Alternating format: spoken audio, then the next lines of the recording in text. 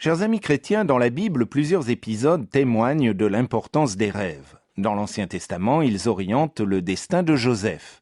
Dans le Nouveau Testament se trouve l'anecdote de ce Macédonien que l'apôtre Paul a vu de nuit, l'appelant à se rendre dans son pays. Pourtant, aujourd'hui, les chrétiens minimisent la portée des songes. Il faut dire que l'Europe et l'Amérique du Nord ont été marquées par les analyses de Freud et l'interprétation psychologique des rêves. Difficile d'y voir une intervention divine. Pour les musulmans, il en va autrement. On y accorde beaucoup plus d'importance. Le Coran se réfère ainsi aux rêves de Joseph et à d'autres, soulignant leur inspiration surnaturelle.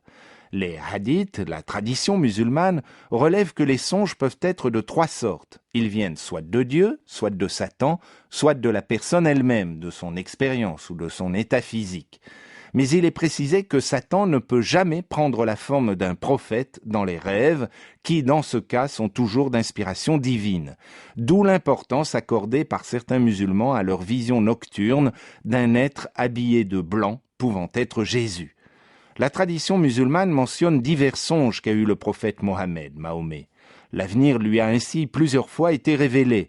Il a aussi rêvé du paradis et même de l'antichrist. Précision importante, le pire mensonge, selon les hadiths, est de parler d'un rêve qu'on n'a pas eu. Pour sa part, l'islam populaire donne aussi des interprétations au contenu des rêves. Alors qu'en est-il pour nous chrétiens ? Eh bien, l'important est d'être sensible à ce que le Saint-Esprit met dans nos pensées, de jour comme de nuit, tout en ressentant l'ineffable paix de Dieu.